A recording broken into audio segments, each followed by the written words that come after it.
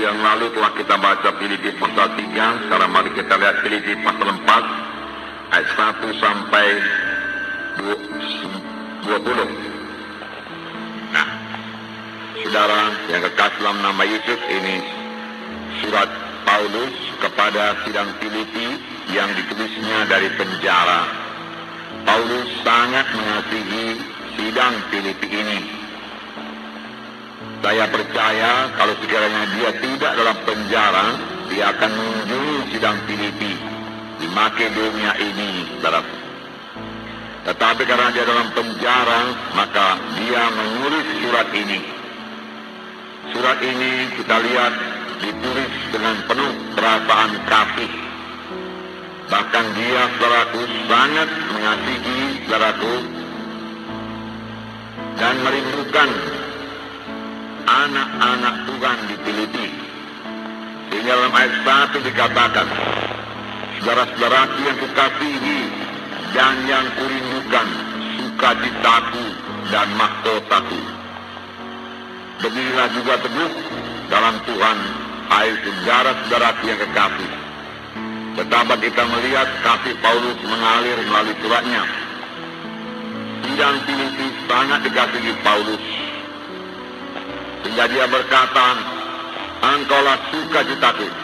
Setiap kali Paulus berdoa dengan sukacita. Kadang-kadang kita berdoa juga, tetapi kita berdoa kurang dengan sukacita. Tuhan suka kalau kita berdoa dengan sukacita. Kalau kita percaya doa kita didengar Tuhan dan dijawab Tuhan.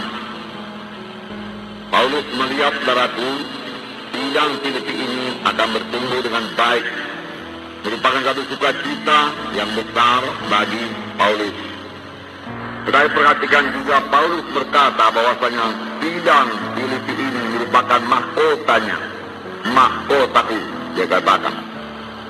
Saudara yang kekasih dalam nama Tuhan Yesus, hasil pekerjaan seorang hamba Tuhan, hasil pekerjaan pelayan-pelayan Tuhan akan diuji kelak. Firman Tuhan berkata, Paulus mau pekerjaannya sungguh-sungguh berhasil, sehingga dari pekerjaannya itu dia memperoleh mahkota.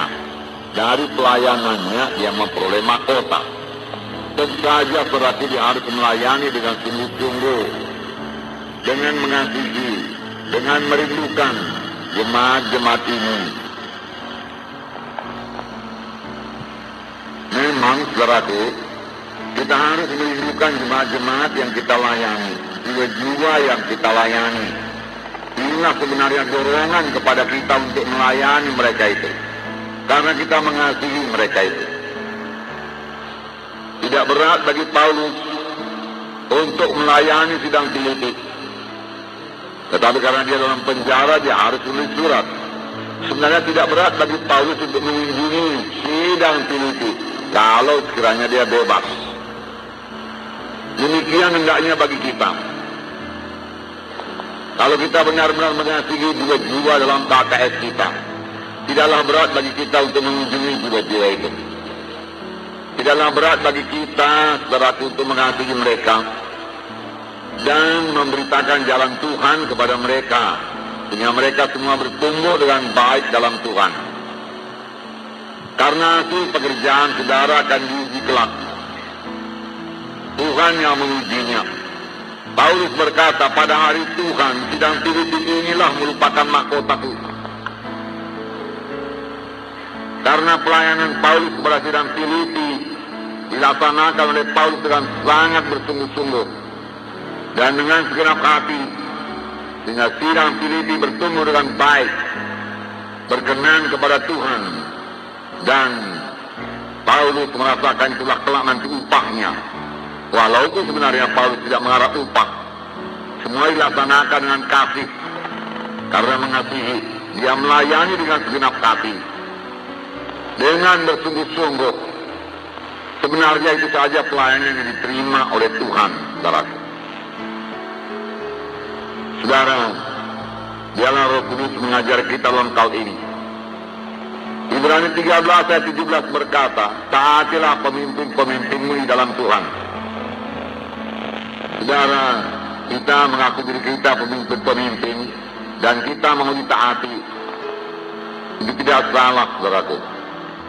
Tetapi ayat itu juga berkata, pemimpin-pemimpin itu bertanggung jawab atas jiwa-jiwa tersebut. Kalau saudara baca Ibrani 13 ayat 17, hanya pemimpin-pemimpin yang bertanggung jawab atas jiwamu.